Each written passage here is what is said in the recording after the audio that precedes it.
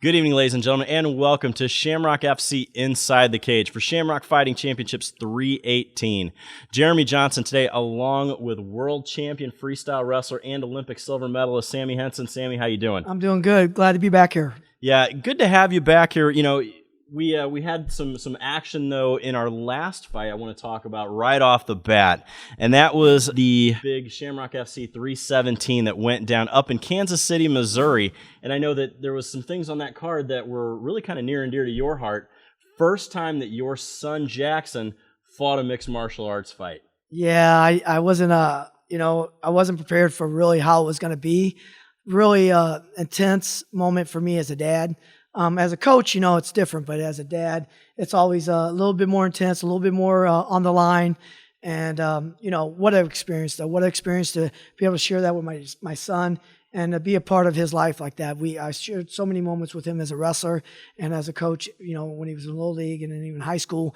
But to do that and, you know, going inside the cage, you know, as well as anyone, it's different. So. Well, and it was really big, first off, because he gets his first win. A very interesting fight, comes out, touches gloves with the opponent, who then basically just kind of sucker punches him in the face. Yeah. And then it was all from there. You could see the wrestling took over, and he just kind of saw red and went at it. Yeah, he was really emotional afterwards when we punched each other through the fence, and I didn't realize I had gloves on at the moment because I was so intense and kind of cut myself. But yeah, it was, he ran over and he said, "He didn't touch my gloves." And I'm like, yeah, I don't think he did. I think and he hit a nice double leg on him and just went over from there. He really did a good job at submission, which I was impressed with that. Yeah, so was that the game plan going into it, was to get the fight to the ground, look for the submission, or was he just going to kind of out-wrestle him and beat him up? Well, we thought that, you know, he had more submission skills, so we were a little worried about it with the length. So, you know, we were going to get to the ground and make sure we stayed on top, right? And of course, side mount or try to get him we really wanted him to flip over, you know, and that was the game plan. But, you know, it actually be a front headlock and choked him out, so it was nice. Self-awareness. Definitely. And, you know, he definitely looked good in there. I can't wait to see him. So is he going to do it again? Yes, he's going to do it again. July, hopefully.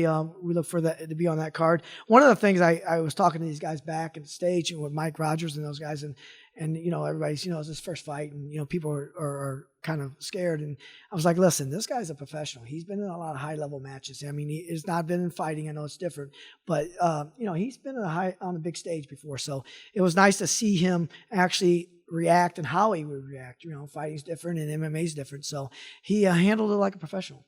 Very cool. Speaking of professionals, the main event on that card saw vicious Bobby Volker taking on Cameron Von Camp for our welterweight title. Now, this fight it had implications, again, of our Shamrock FC title, but also this was Bobby Volker's shot to get back into the big league, so to say, with Bellator, and he delivered on this fight against Cameron Van Camp. This was a 5-round war. I know that you got to watch it from the sidelines. Right. What a fight. Unbelievable. They left everything out there. It was exhausting to watch. You know what I mean? As a fan, it was kind of different for me to be able to actually sit back and enjoy it a little bit. Not that I don't enjoy what we do, but just, you know, it's a different atmosphere in that, and have jeans on and sit in the stands with the other fans. It was nice to really appreciate what they were doing.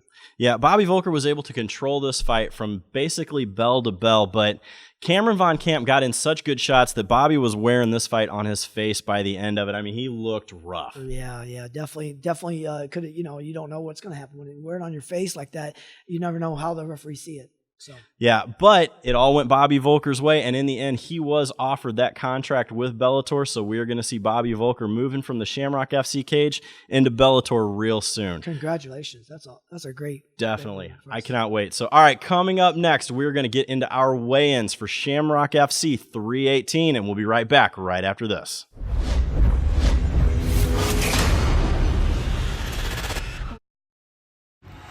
Oh! Johnson!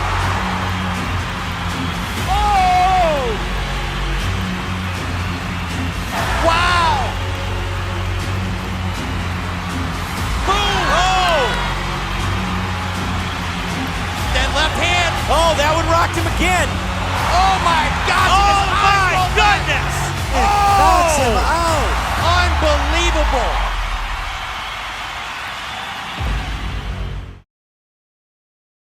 Back at it inside the cage for Shamrock FC 318, Jeremy Johnson along with Sammy Henson. Now, we still have a few tickets available. Get those by going to shamrockfcstore.com.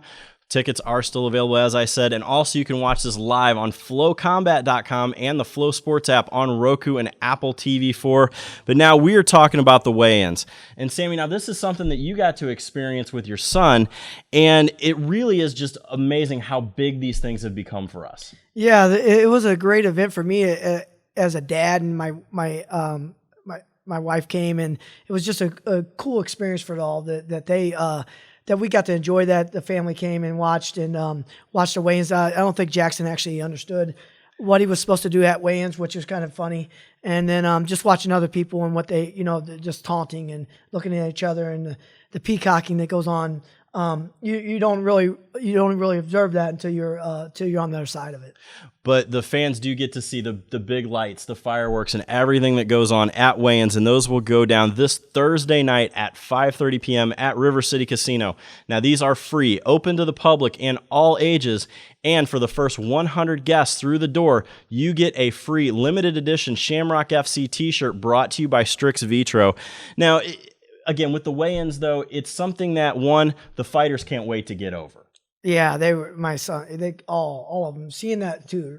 I've never really watched that, but watching those guys, they just wanted it over with. They were just like, "Come on, let's get." There were some impatient fighters there, and they're really hungry and thirsty and all those things. And so all the paperwork they have to go through, I kind of realized I sympathize with them a little bit. And they but we as on the other end, we understand what they're going to do. So it's a tough time for them. Really want to get it over with, but it's a great event for the fans. Yeah, the fans have an amazing time, and we're seeing a couple of hundred people at every weigh-ins at least. So come on out, get your free limited edition t-shirt from Strix Vitro, and join us for the weigh-ins. If you cannot make it out to River City, join us on Facebook as we will broadcast those live on our Facebook page. So join us for the weigh-ins. That will be this Thursday at 5:30.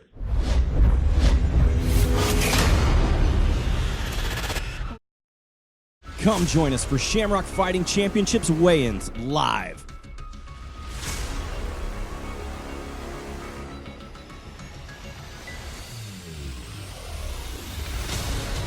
This event is free, open to the public and all ages. So join us at 5:30 p.m. and come experience what this Shamrock FC event is like, live, free, and all ages. Back at it inside the cage, and we are going to get into the prelims here for Shamrock FC 318 that goes down this Friday night at River City Casino. Again, a few tickets are still available. Get those by going to Shamrock FC store. Now, one thing that we have done here at Shamrock FC is really focus on female mixed martial arts and female combat sports in general. So on this card, we are going to have a female kickboxing match and a female MMA match. Jumping into the mixed martial arts, we'll see Shannon Robinson taking on Karen Simoncelli. Now, both of these girls are making their MMA debut, but they are no stranger to combat sports. Yeah, Shannon Robinson has a kickboxing background, which is, I think, huge for women in the fighting game, and especially because it's just such a new thing for everyone to watch the women fight and to see the skills that they're developing. It's really come a long way, and we're excited to watch this fight. Yeah, this one, Karen Simoncelli, also a former kickboxer here, so look for this one to potentially be a stand-up war, or when you have two very good stand-up, it generally ends up on the ground. Right, and then we're going to really see what happens, right? So with that, though, then we also have a kickboxing bout, which will feature Melissa Lorber taking on Liz Goodman. Both of these ladies are no stranger to the world of kickboxing. Melissa Lorber is very long, very tall. Yeah, and it's hard to deal with that, especially in kickboxing, using those skills into MMA. They can really transfer. We'll see how they transfer that over. Yeah, Liz Goodman is going to need to try to get on the inside here of somebody with a height and reach advantage that Lorber does. So again, a lot of good women's bouts for this fight, but also on the card will be a lightweight contest, which will feature Tim Eschenfelder out of the War Room MMA camp, taking on Efrem Mulabatinovich. Now, Efrem is coming back off of a layoff. He hasn't fought in a couple of years, but he told me that all of that time was took to improve his game. That's a long time off, so it comes down to, is the cage rust a real thing? Yeah, I always go with that. You guys know, you've known me for the last 3 or 4 fights here. Cage rust, whatever it is, it's real. How you deal with it, who knows? But I'm sure Efron I say that right? Yep. I hope I did. I'm sure he's prepared for that, has a mindset to maybe had some sparring kind of simulations that kind of simulated live feel, but it's hard to get that live feel. And Tim is he's a winner. So he's a short, stocky guy, strong-minded and a farm boy type guy. So we'll see what happens with that. I think Tim is definitely going to be ready to fight. So with that though, you've had some layoffs in your career of wrestling. Yeah. What is that first match like back? It's horrible. It's just, you think you're ready. You think you're prepared. You've done everything. You've trained the same way. There's nothing that should keep you from doing it. But iron sharpens iron, and staying in the fire keeps you mentally strong. You can't simulate the atmosphere. You can't simulate all the pressure that it brings to you. So that's real. And the nerves, and that makes energy. You lose your energy when you do that. So, I'm not saying, who knows, hopefully, he's ready. And like I said, he's prepared for that, but I don't know how sometimes you can't. Well, he was riding a 3-fight win streak after taking that layoff to work on his training. Yeah. Now, Tim Eschenfelder, conversely here, has only had one loss, and that was his first fight in his MMA career, riding a 5-fight win streak. Yeah. Both of these guys 5-1 coming into this contest. So how do you see this one going? Well, I'm going to go with the guy who's been in the game. I'm going to go with Tim. I think that, I know these guys all get mad at me when I make my picks, but the bottom line is that's my job, and I just feel like that's just too much. I think it's too long of a layoff. So, Samuel, you mentioned the people giving you trouble over the picks. Yeah. Were you surprised the first time somebody walked up to you and goes, "Hey, man, you didn't pick me"? 100%. And then after the fight, if you made the wrong pick, God forbid I make the wrong pick, then I told you, which is part of the game, and I'm going with Tim. All right. You can get mad at me all you want. All right. Sammy the Bull Henson calling Tim Eschenfelder over Efrem Mulabatinovich. Now, we are moving to our closer for the prelims, and that is going to be a welterweight title fight between Max Choriev and Peter Keepers. Now, this is an interim welterweight title, as Freddie Kostravarik has not been able to defend the title in quite some time, so we're going to see how that plays out after this fight. But Max Choriev taking on Peter Keepers. This is a good one because both of these guys are undefeated coming into this fight. Undefeated, and neither one of them went the distance, right? So that is where I think it's, I'm excited to see this go a little bit longer and see where the fight leads us, because I think that's going to be the difference. Who can fight the same as they did when the first round as they can in the third, if it goes that far. Who knows? Now, with this fight, Peter Keepers is going to have a pretty definitive height advantage over Max Choriev. Max is going to have to work on the inside, and I've asked you this before, but what is it like to play to the height advantage? Well, I mean, it took me I put it in this way. In high school, I hated it. The leverage, I didn't understand it. As I developed skills, I ended up liking to wrestle longer guys because I ended up understanding the leverage part of it. So it depends how advanced he has a lot of fights in him. So I always go with the shorter guy. So Max Choriev in this fight, though, he's one of these kids who didn't come from a specific background. He wasn't a wrestler. He wasn't a martial arts guy. Max started in MMA. And I think that's the new breed of guys that are really out there. So it's one of those, he doesn't have a base in wrestling. He doesn't have a base in really anything, but he is very, very good at everything. And some have called him to be the next big thing here out of St. Louis. Yeah, he's well-rounded. He's all-around MMA fighter. What we call it in wrestling is mat awareness. He has cage awareness, and that's hard to, when you grow up in that, it's kind of it's a blessing, really. Well, who are you calling for this one then? Well, I'm calling Max. All right, he is calling Max Choriev to take out Peter Keepers, coming all the way down from Iowa for this welterweight title. Again, we're going to see how this one plays out. All right, coming up next, we are going to get into the main card, and we'll be right back right after this.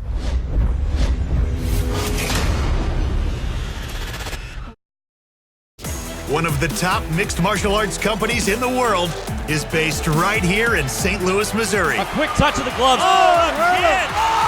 Big shot. It's Shamrock Fighting Championships. It's not just a night of fights. It's a heart-pounding, fan-friendly, unforgettable experience.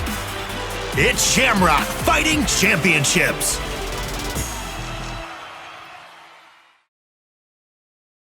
Back inside the cage with Jeremy Johnson and Olympic silver medalist Sammy the Bull Henson. Sammy, we have a great main card here for Shamrock FC 318. Again, tickets still are available. Get those by going to shamrockfcstore.com. Also, you can catch us live on flowcombat.com and the Flow Sports app live. You know, it's been one of those things. How have you enjoyed being on the TV end of things now? I like it. It's a little nerve-wracking sometimes when you don't really know the fighters as well as you guys do, but I'm learning them. I'm getting to know them, and so that part, helps me out with my commentating. But yeah, I love it. Well, this one is going to be a fun one to kick off the night, and that is going to be Sean Scott taking on Derek Holly.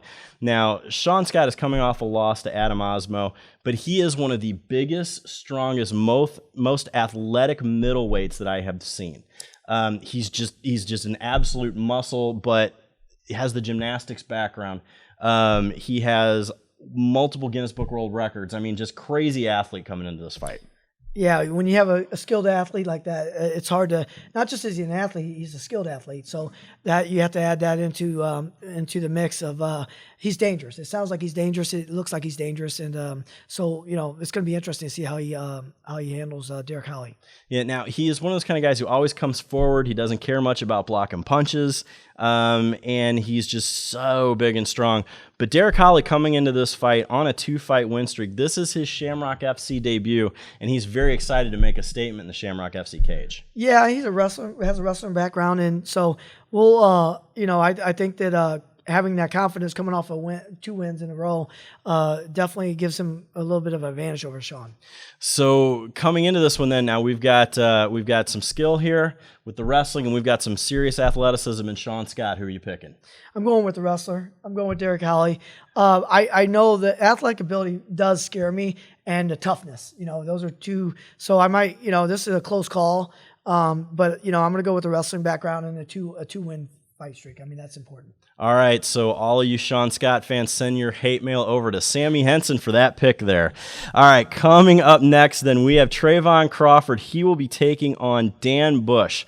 This is a featherweight bout. Now, Trayvon Crawford is coming off a loss to Court Wall in his last. He had some injuries in that fight, but he says that he is coming back stronger, and he is ready to make that statement against Dan Bush, who is looking at this as his potential professional retirement fight.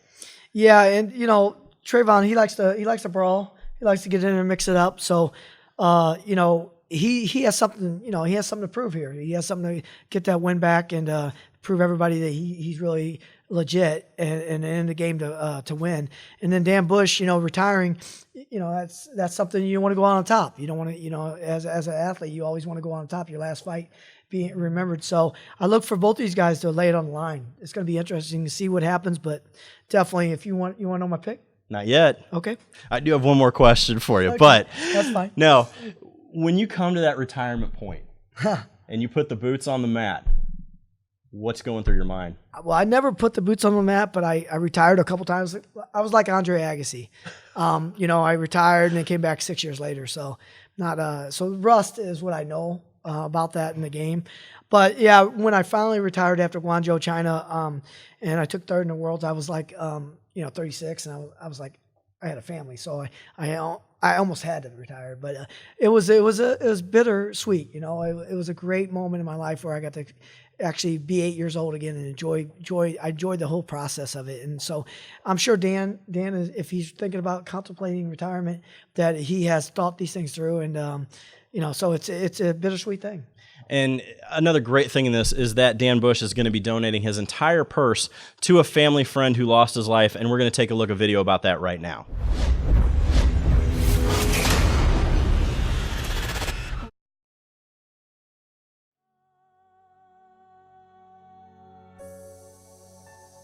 My best buddy Kyle Canner passed before Christmas this last year due to addiction. He was a great guy, construction worker like myself, down to earth, met him in high school. He was a good friend, a dear friend to me, a good dad, just a great human being. We loved to party and both of us, got carried away throughout the years. Everybody doesn't understand addiction, but sometimes before you know, you just get sucked in. No matter how hard you try, the demons just keep popping up and keep torturing you, and sometimes you pay the ultimate price. I plan on donating the win money, the show money, commission from our ticket sales, and any of the sponsors that I pick up along the way. All the money is going to be going to the family of my buddy. I believe that, he's going to be watching the fight and just want to make him proud and go out and lay it on the line. The thought of him watching over me, compete for the last time, I think is plenty enough motivation to pull this one out for sure. Main reason for the retirement is 2 young kids and a family. It's hard to get it in after work. I've thought about it long and hard, and as much as sports meant to me and gotten me through dark places in my life, there's no room for it anymore. So now's the time. I think it's just going to be a good fight. I think we're both going to come forward, push the pace. I think it's just going to come down to will, really, and heart. Who's got more heart?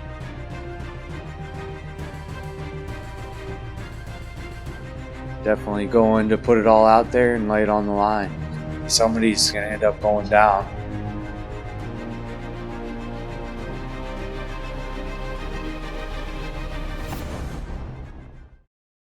Very inspirational stuff there from Dan Bush. Now, all right, now I'm going to ask you, what is your pick for this fight? Well, I'm going to make a game time decision just after you told me that Dan Bush is donating all his proceeds to The family friend, Definitely going to go with Dan Bush. All right. Well, Dan Bush for the win there over Trayvon Crawford. All right. Moving up next, it is David Evans taking on Sergio Robles. Now, Sergio Robles is coming off his last fight with Grant Hartwig here at Shamrock FC, taking on David Evans, who's making his professional debut in this. Evans is a good friend of Tyron Woodley, kind of considered his protege, so he's got some big shoes to fill with a big buddy like that. Definitely, but he comes from a great camp, right? ATT, and so he's got a wrestling background, his pro debut. So I'm thinking that he's going to be pretty prepared for this. Hopefully, he's had some help with Tyrone and helping him in his training preparation for this. So featherweight bout: David Evans taking on Sergio Robles. Who takes the win? Oh, I'm going with Evans. Big win here, thinking for David Evans. Sammy taking him there. So those wrestlers stick together. All right. Right. Up next, fresh off of his run on the Titan Games, is Derek Scott. Now, Derek Scott last fought here at Shamrock FC 303 and actually beat Sergio Robles by first round TKO. Now, that was his first professional win. He went off, moved to California. He's been training out there with the likes of Anthony Hardon from the UFC. And now he's stepping back into the cage after being on a finalist on this television show that basically just showed how good of an athlete he really was. Yeah, he's a big brother of Sean. Sean. Yeah, it was a big brother of Sean Scott. And, he's one of those kind of guys, though, that entire family is extremely athletic. And Derek is one of those kind of guys he is the consummate athlete. Again, like I said, Guinness World Record holder himself. He's also an attorney. So he plays all kinds of roles here in what he does. But the thing that I find interesting in this is after coming off something like the Titan Games, I know that you have been in the spotlight on television with wrestling. What does that do for you as far as, like, how do you go from being the television personality that was, with you with the Olympics and things like that, him with that show, how do you deal with that then coming back into the world of, maybe the AAA league here? Yeah, reality. Right. Yeah. It's humbling at first, you as you adjust to it, though, you realize that there's so much more. And I think that probably Derek's feeling the same way. There's so much more to life than just one event in your life. It's a great thing. It's exciting. You got all these people that are cheering your name, and you're excited about what you accomplished. But at the same time, when you come home, it takes you a little while to adjust to that. And you're taking out the garbage. You're doing the mundane things that you normally would do, like everyone else. So it's humbling, but at the same time, it's a special thing because it teaches you that you embrace those moments in your life. Does that mean you didn't wear the medal to the grocery store? I did not. I don't even know where my medal is. That still kills me. All right, and then we move on to our co-main event of the evening, which will feature the undefeated Dustin Scrappy Lampros, looking to make it 4 wins in a row, has not made it out of the first round as a professional. This guy is the best at what he does. He is great. He's an all-around MMA fighter. But one of the things I love about him is his fan support. And when he comes out, he puts on a show. I feel like it's kind of UFC when he comes out. I mean, everybody's, you got 120 people in the stands for him, all wearing his T-shirt, and he is amazing at just he produces. I think he feeds off the crowd, and it's exciting. He's an exciting fighter. The other thing that Dustin gets to do is he gets to train professionally full-time. Originally started off at American Top Team down here in Coconut Creek, Florida. Now moved over to Hard Knocks 365 with guys like Stefan Struve and Kumar Usman. So he's got some of the biggest names behind him in this fight. Yeah, and so that gives you confidence, right? When you're training with the best, you have confidence. Also, when you're training full-time, this is a serious sport. So when you're training full-time, you have so much more confidence and a mindset, because this is what you're doing. This is what you're doing for a living. So, for me, when I was training, I was like, if somebody's doing it part-time, I was like, I'm not going to let this guy. This is what I'm doing full-time. This is my full-time job, and you can't get time back. So that's important. Cannot wait for that co-main event with Dustin Lampros. And then we move on to our main event of the evening, and this is a light heavyweight bout, which will feature Eric Murray, who is coming off a 36-second TKO in his last fight, taking on Ty Flores, who is riding a 4-fight win streak into the cage for this one.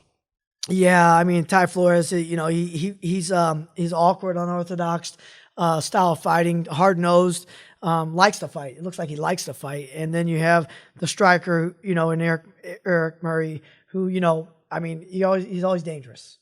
Yeah, this is a good one. So let's take a look at this fight.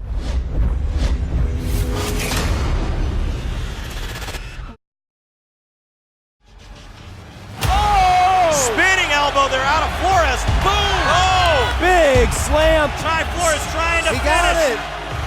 There is the tap. Wow. Unbelievable. Ty Flores! Big elbow. Nice time plum out of Murray. Murray trying to finish. Oh my gosh. Oh my goodness! Eric Murray finishes in impressive fashion. Eric Murray! This crowd is absolutely on fire. This is our main event of the evening. No filling out process in this fight. Again, this is a huge fight here. As I said, Ty Flores riding that 4-fight win streak.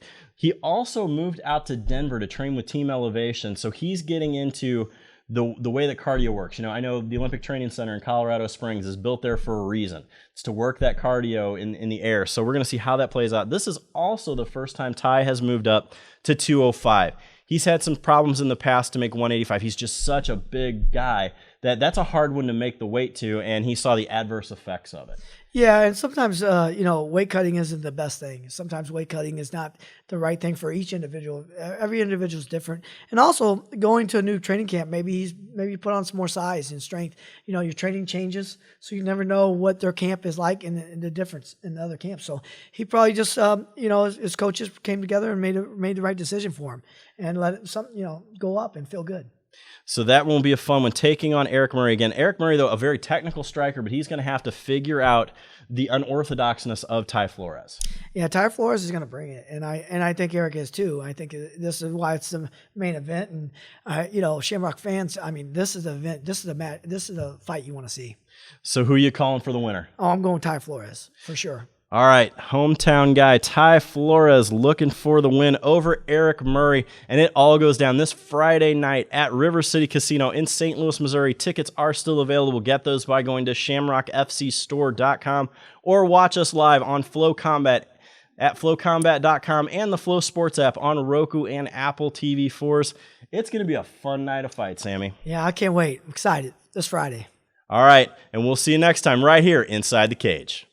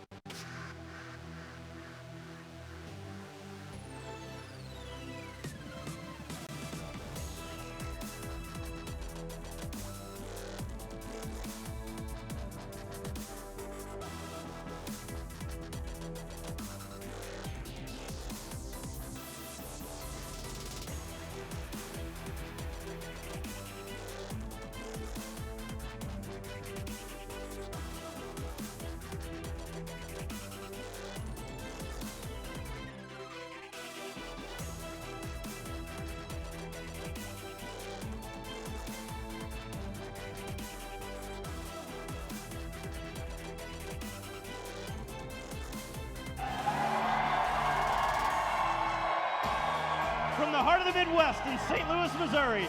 We are live at River City Casino for Shamrock Fighting Championships, where tonight the Midwest brightest stars shine as we bring you Shamrock FC 318. Good evening, I am Jeremy Johnson, and tonight we have a fight full of young guns and seasoned veterans tonight.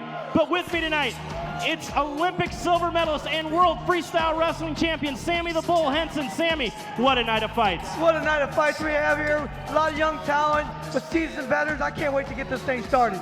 Now, let me bring in Shamrock FC President Jesse Vinny. Jesse, we have another sellout tonight. I cannot wait, Jeremy. This is 4 out of 5, and here we are. Let's kick this thing off, man. It's time. Our main event this evening, it will feature the very tough Eric Murray. He'll be taking on Ty Flores. Yeah, Eric Murray needs to stay long and stay out of the wrestling skills with Ty Flores. Now, Ty Flores, he is as tough as they come and has heart for days. Ty Flores is one of these guys. He is in your face at all times. He will be in Eric Murray's face for 15 minutes. Can Eric Murray keep him at the end of his punches? We will find out in tonight's main event.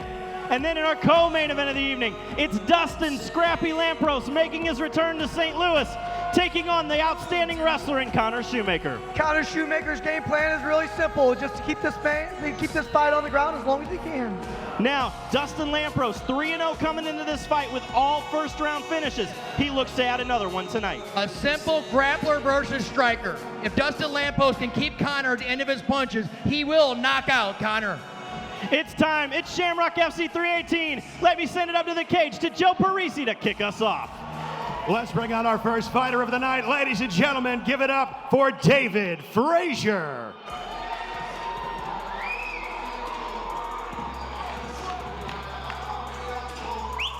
Good evening, ladies and gentlemen, and welcome to Shamrock Fighting Championships 318.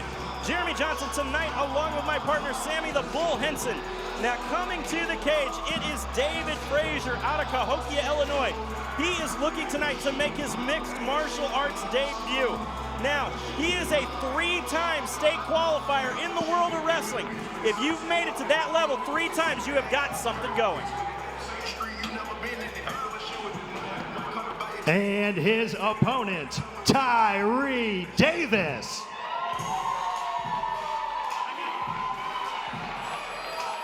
Coming to the cage, it is Tyree Davis out of Ravens Ridge.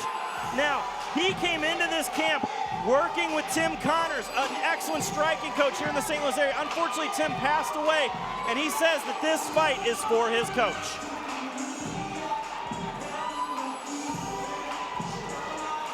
As we go to our supplement superstars, tail of the tape, Tyree Davis, 22 years old, 6'2", 167.8 pounds. David Frazier, 23 years old, 5'10", 169.8 pounds.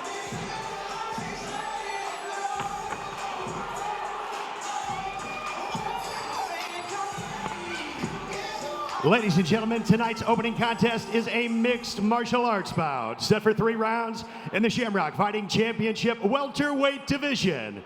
Introducing to you first on my right, fighting tonight out of the Metro by T-Mobile blue corner. This fighter stands 5 feet 10 inches tall, official weight 169.8 pounds. Fighting out of Cahokia, Illinois, David Frazier. Across the cage, his opponent tonight, fighting out of the Metro by T-Mobile red corner. This mixed martial artist stands 6 feet 2 inches tall. He weighed in at 167.7 pounds. Fighting out of St. Louis, Missouri, Tyree Davis.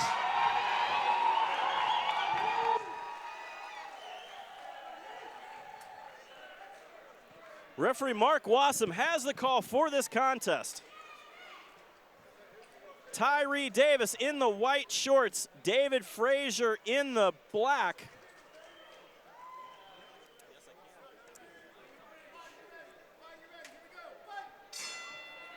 No touch of the gloves.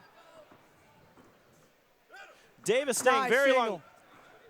Now, looking for the single, trying to get this fight to the ground here. Battle, who's going to be the better wrestler, right? Right away, it looks like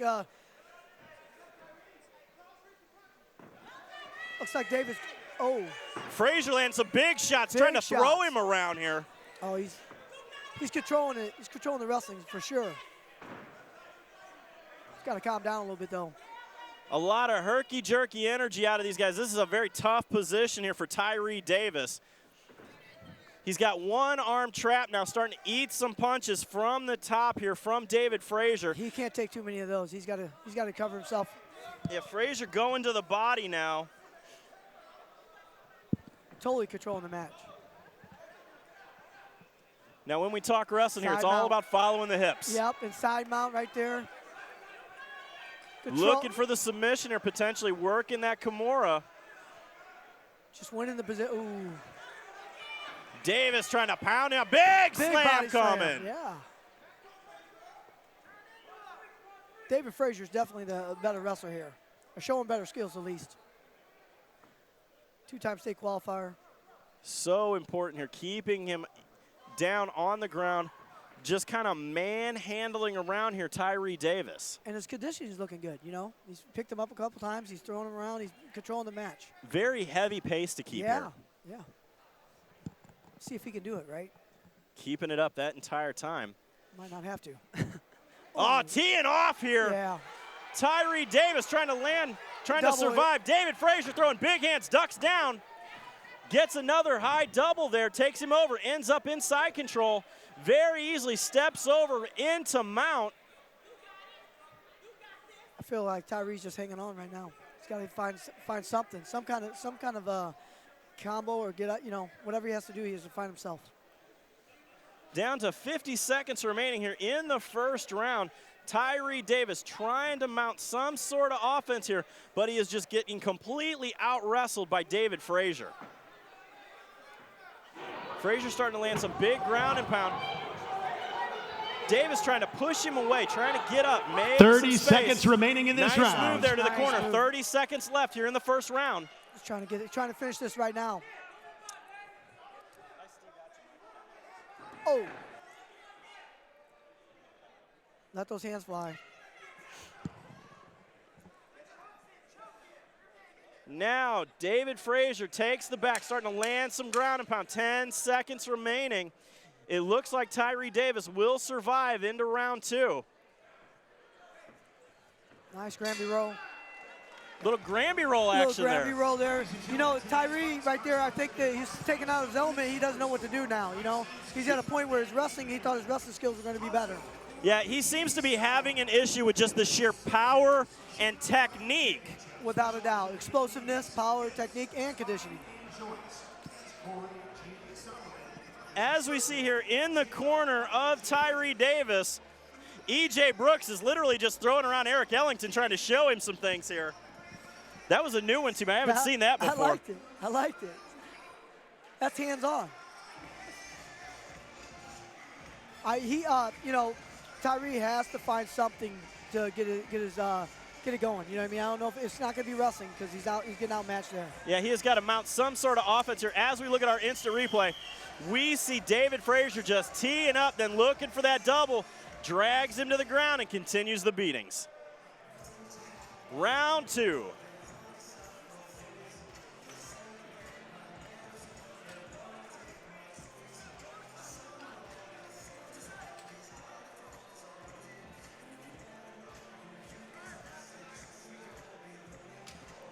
Trying to get the cage door closed here. Back in, Tyree Davis in the white shorts. David Frazier in the black. Nice. Frazier again. Keep him against the cage. Heavy throw down. Nice double. He needs to go look for a submission. Look at the transition there, though, Sammy. Yeah. Right to the side mount. He's got a good feel, you know? Just a real good feel. Very flowy in his wrestling. Yes.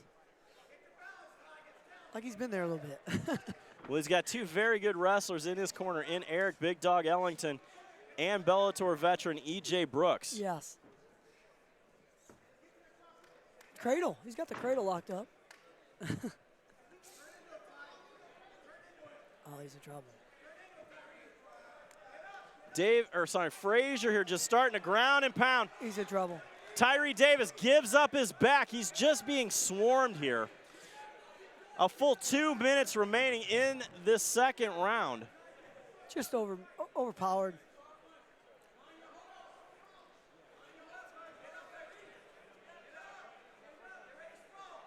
the pace is kind of slowing here in the second round. For sure. But he's still controlling. David Frazier still controlling the whole fight. And it's kind of funny, even being a 3-time state qualifier here, Frazier, he basically classified himself as kind of a street brawler, which we've seen nothing but technical wrestling out of him here. Yeah, he's got an arm bar. Big upswing there out of Frazier. That hurt him. Tyree Davis trying to mount some sort of defense here now, but he's getting manhandled in the corner. Got that wrist, tied up his wrist, 2-on-1 wrist. Got to clear that wrist before you come up. You can't come up with that wrist tied up. Yep.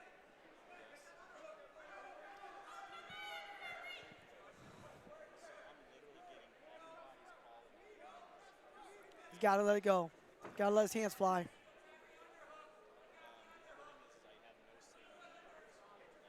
It's kind of slowed down. There he goes, mount. Moving over into mount is David Frazier now. He's trying to finish, locking up there, landing some shots. Could be looking for that potential arm triangle here. Again, thank you for everybody who's joining us on Facebook for Shamrock FC 318. Jeremy Johnson along with Sammy the Bull Henson. Be sure to join us on flowcombat.com after the Facebook prelims end. Oh, he takes the back. He's got 2 hooks in. I think if Frazier would have worked on his submissions a little bit, this would have been done earlier.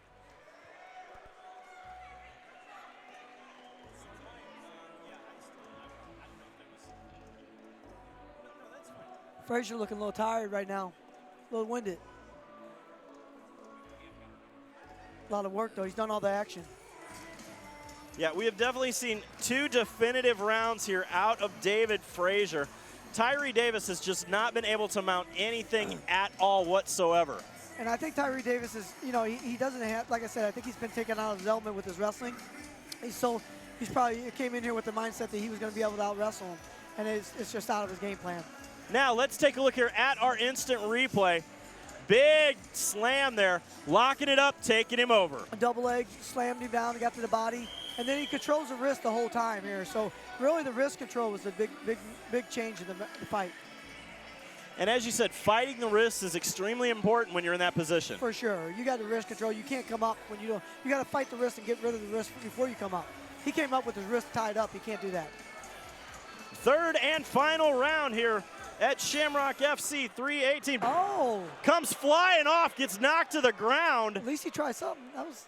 I mean, if you're going to try something, that's one to do it. That was straight out of Lyoto Machida's book there.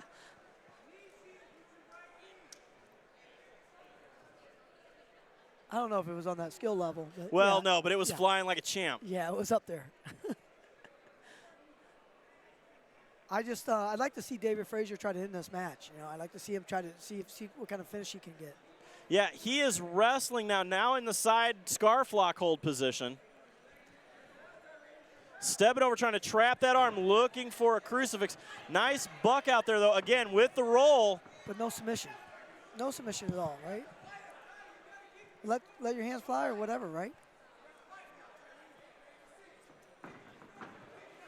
Nice roll out there. Oh. Tyree Davis now coming at him. Nice double leg. Duck to a double leg. He ducked that right to a double leg. That was sick. Just getting out wrestled. Definitely something near and dear to your heart there, Sammy. Well, a good shot. When you see that, it's just like, man, it's poetic. I just wish he would. I mean, I'd like to see more action on right now, right when you can try to finish him.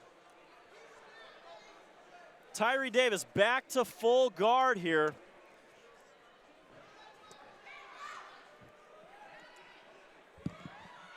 Again, pulling him down now.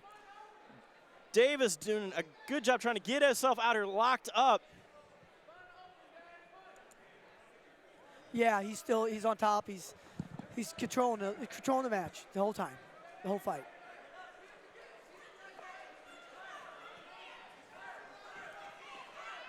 Frazier here putting heavy pressure on Tyree Davis up against the cage. This is a grueling position to be in because you have to carry your opponent's weight. Needs to keep that head position up in the juggler. I'll tell you what, Tyree, at least he's fighting. He's trying to mount something. He's just getting out-techniqued here. Just a different level, right?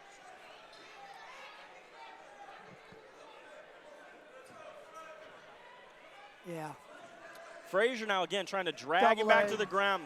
Sweeps him out, but now as you notice, he tries to trap those legs between his. And got his wrist again, yep.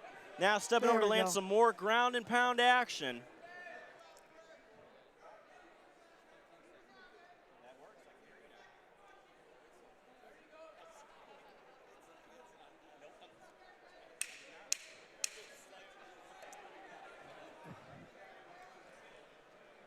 David Frazier here, 10 seconds remaining, a commanding performance here in this contest. Sammy, the wrestling was the story of this fight. Yeah, we knew it was going to be. We just didn't know who was going to have the better skills and the wrestling skills. But, you know, I do have to give it to Tyree. He did try to mount something. He just didn't have the skills to do it.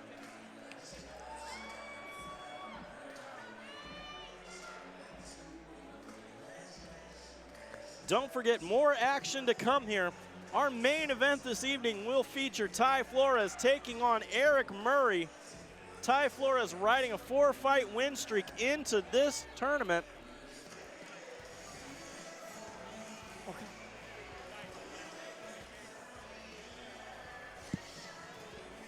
Let's send this one up to the cage to Joe Parisi to make it official.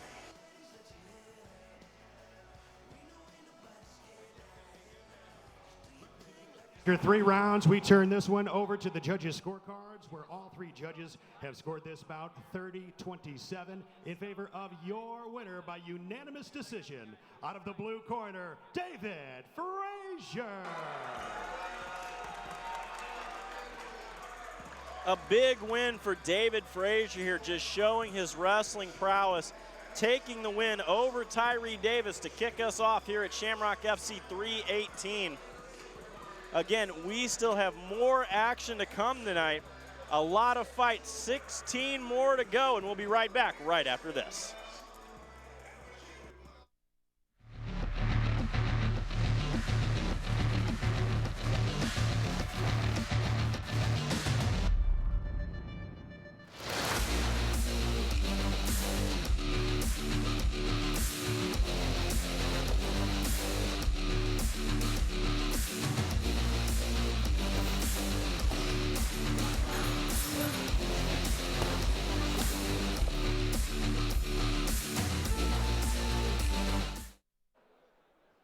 Back at it here at Shamrock FC 318 live from River City Casino. Up next, it is Peter Lucid taking on Chris Lorenzo. Ladies and gentlemen, let's welcome to the cage Chris Lorenzo.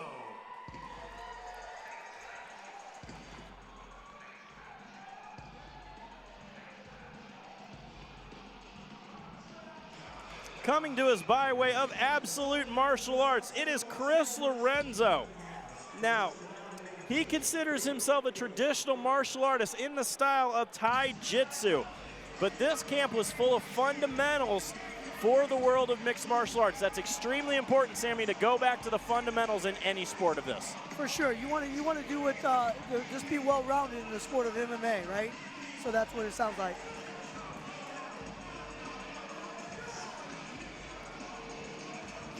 And his opponent, Peter Lucid.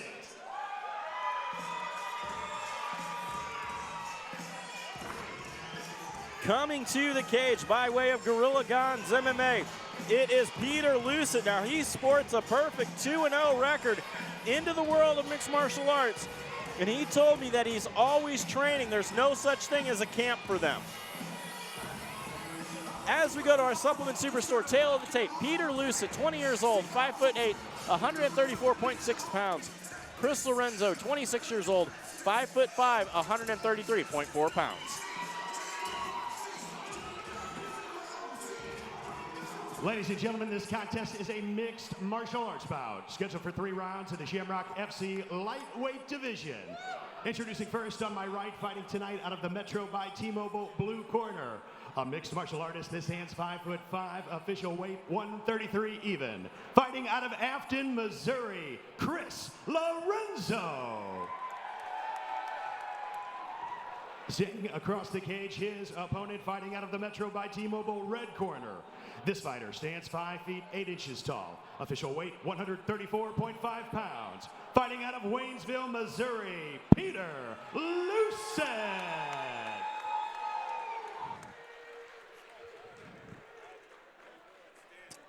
Referee Dwayne Best has the call for this contest. Chris Lorenzo in the blue tape, Peter Lucid in the red. Both of these guys extremely athletic. Coming out trying to kick, huh? Well, Chris Lorenzo, as I said, comes from that traditional style. He's got his hands very low.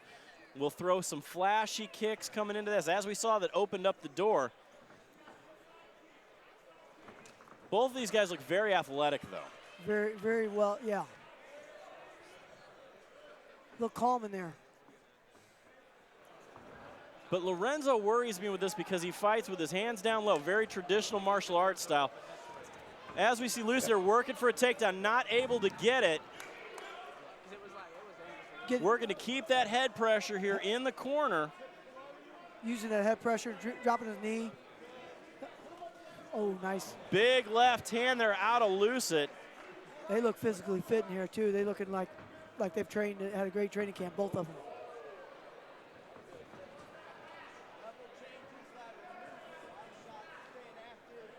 Lucid here trying to work the feints, more traditional kind of kickboxing style here. I'd like to see some shots, you know, but that's me. Lorenzo fights very sideways. It's very traditional.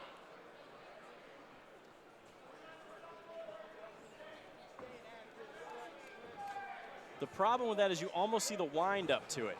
He's got a lot of switch stance, throws an overhand right. Use the cage. Use the pressure. Needs to get his legs stronger, further out. Drop his hips. Yeah, there you go. Lucid working, getting that head position, Nice drinks pick, down, nice. gets in the ankle pick. Nice, to a double. Nice. Using the head pressure. Trying to get to the side. Locking those legs up, trying to step over into the side control position. Got that. Use that now cage. he's using to drive through. Nice. Big knees to the body. Steps over, gets the knee on belly, starts to drop the bombs. Drop that knee down.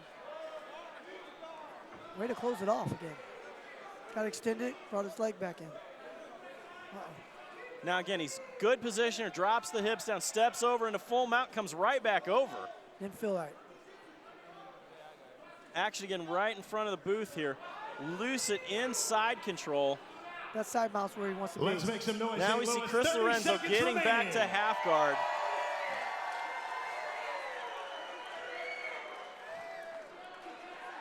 Nice pressure here out of Lucid. Keep him against cage.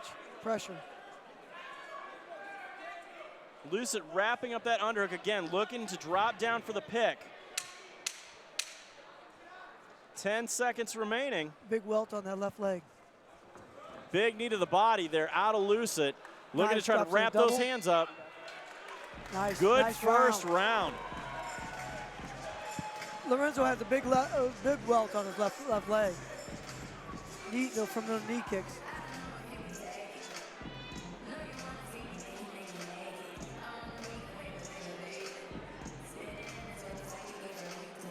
Now what we saw in that first round there, Peter Lucid had the most control out of what he was looking for here.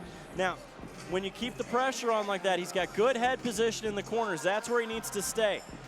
Chris Lorenzo trying to play the outside game, trying to keep those kicks up and keep it moving. But what we're seeing here is Lucid will throw that overhand, duck under, come through the shot. And I felt like Lucid was staying patient and steady. So he stayed patient and steady and closed the distance slowly because Lorenzo feels kind of awkward to him. So I think the space has to close that distance. And once he did, he controlled the match. Second round of this 3-round contest. I think Lorenzo's unorthodox style. He has to be patient in controlling it, coming in. Yeah, the problem we have, though, with the traditional guys is, as you see, he fights with his chin a little bit high. Yeah.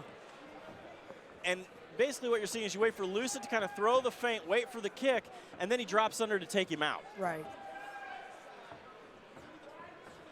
It's hard to be patient sometimes like that, though.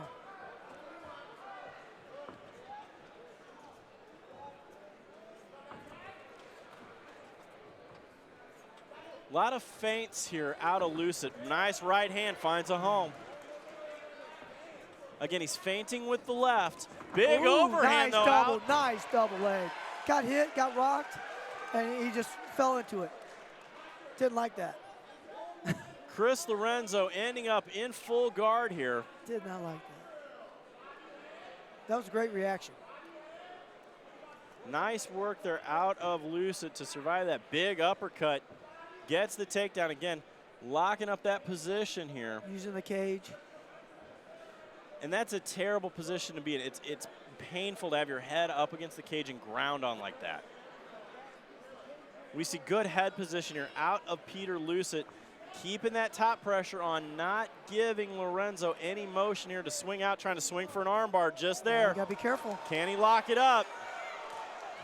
Nice. Lucid just kind of powers out of it. Very fast hips, though, they're out of Lorenzo.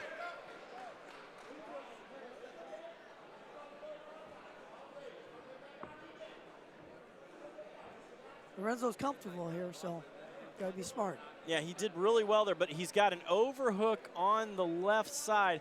He really needs to try to work for an underhook to get some movement.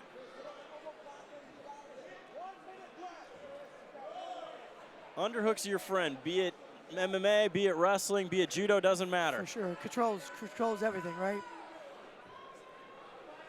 They're gonna bring it up if he doesn't start working here, though. Lucid has to do something. Yeah, referee Dwayne Best giving him a warning here. If they don't see some movement, they're gonna stand him up.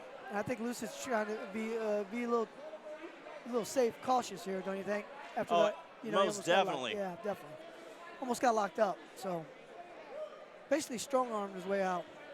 Down to 30 seconds remaining here in the second round. Referee Dwayne Best has seen enough of no action, going to stand them both up. I agree with that.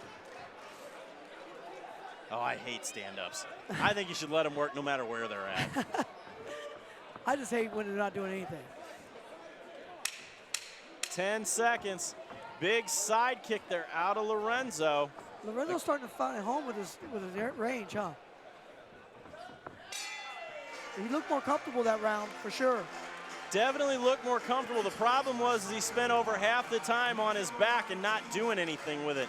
But he did have that armbar attempt. He's definitely dangerous enough to, end it with one kick, too, so. Oh, most definitely. For sure.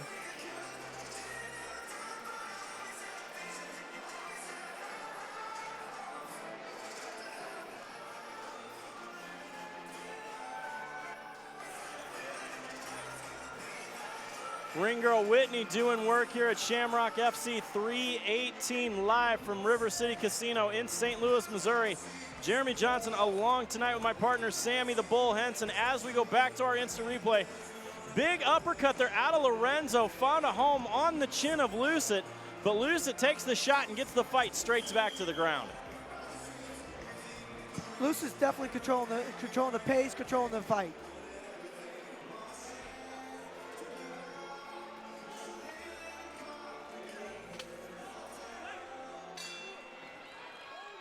Third and final round. Oh, huge head kick. With that.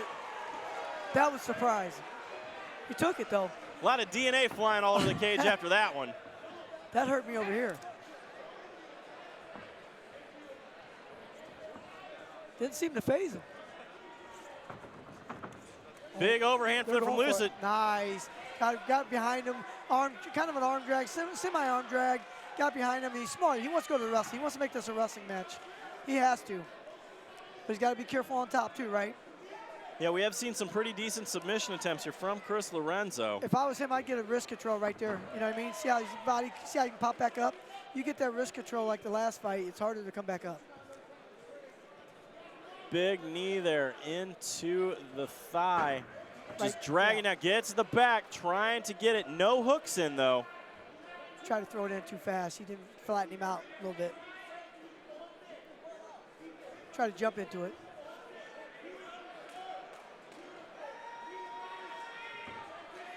Huge Ooh, knees to those the aren't good. body. They're out of Pruitt. Can't take too many of those.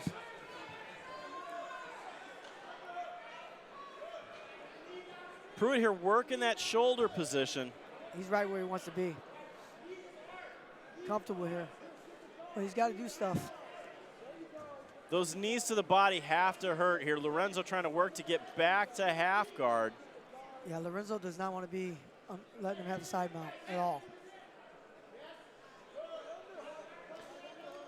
Yeah, Lorenzo's got to try to dig an underhook here. He needs to really get that far side underhook and try to stand back up. He puts his back on the cage, gets the far side underhook. He can walk his back up the cage. But Pruitt's doing a good job here of just holding him down. But the way that Lorenzo is on the ground right now, he's got nothing that he can use to get up. Peter's positioning, just keeping him, you know, he has an answer for everything he does. He's not letting him back up. The only way this fight's getting back up is if the referee brings it back up. Lucid here on top position. Nice. Controlling the wrist there. Nice. Wrist control. Now he's trying to lock up a Darce choke. That wrist control set this up, right? 30 seconds remaining. Yeah. He's going for it. Again, trying to work for that position now. Once again, you know what I mean?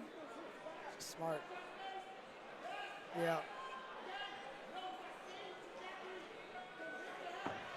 Ground and pound coming here with 10 seconds remaining in the third and final round. Still fighting. Great fight. Great fight. Beautiful fight there here at River City Casino. Peter Lucid putting on a clinic on how to stay in top position. Both men were in great shape. Both men gave it everything they had. I just think Lucid had more wrist control, more body awareness, and took his time. And really took his time in gauging Lorenzo and what he had to offer.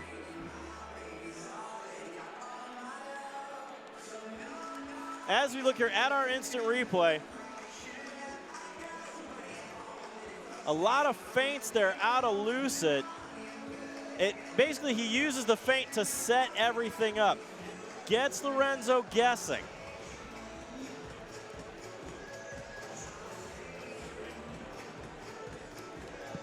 Again, thank you for joining us on Facebook. Please go over to flowcombat.com and join us for a rest of our great night of fights here. Let's send it up to the cage to Joe Parisi to make it official.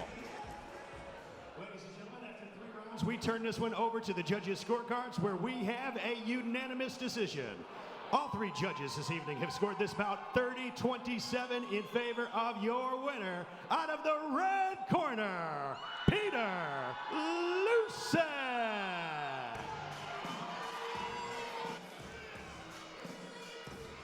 Making it 3-0 in his mixed martial arts career, Peter Lucid gets the best here of Chris Lorenzo. A great fight here at Shamrock FC. Again, please jump over to flowcombat.com and the Flow Sports app on Roku and Apple TV 4 for more action to come, and we'll be right back right after this. Have you been injured? Are you trying to decide if you need a lawyer?